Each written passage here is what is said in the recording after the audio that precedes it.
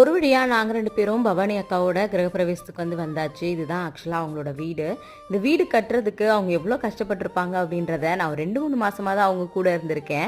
அதுவும் ஃபுல்லாலாம் இல்ல. மாசத்துல ஒரு 2 நாள் தான் மீட் பண்ணுவோம். ஆனா அப்பவே தெரியும் அவங்க இந்த வீடு கட்டுறதுக்கு எவ்வளோ ஸ்ட்ரகிள் பண்ணாங்க அப்படின்னு.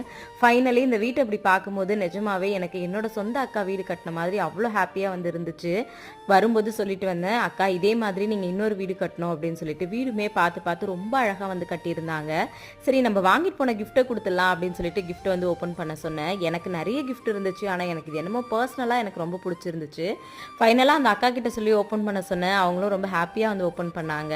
ஆக்சுவலாக இதுதான் நான் வாங்கின கிஃப்ட்டு. ஆக்சுவலாக மண் உருளி தான் வாங்கியிருந்தேன். எனக்கு இது ரொம்ப பிடிச்சிருந்துச்சு. நிறைய கிஃப்ட் இருந்துச்சு. ஆனால் எனக்கு பர்சனலாக இது ரொம்ப பிடிச்சிருந்துச்சு. அது கூடவே பார்த்தீங்கன்னா சாம்பிராணி ஏற்றி உள்ளே வைக்கிற மாதிரி மண்ணில் இது இருந்துச்சு. எனக்கு ரொம்ப பிடிச்சிருக்கு. இந்த கிஃப்ட் உங்களுக்கு பிடிச்சிருக்கா இல்லையா அப்படின்றத மறக்காமல் கமெண்ட்டில் சொல்லுங்கள். தேங்க்யூ.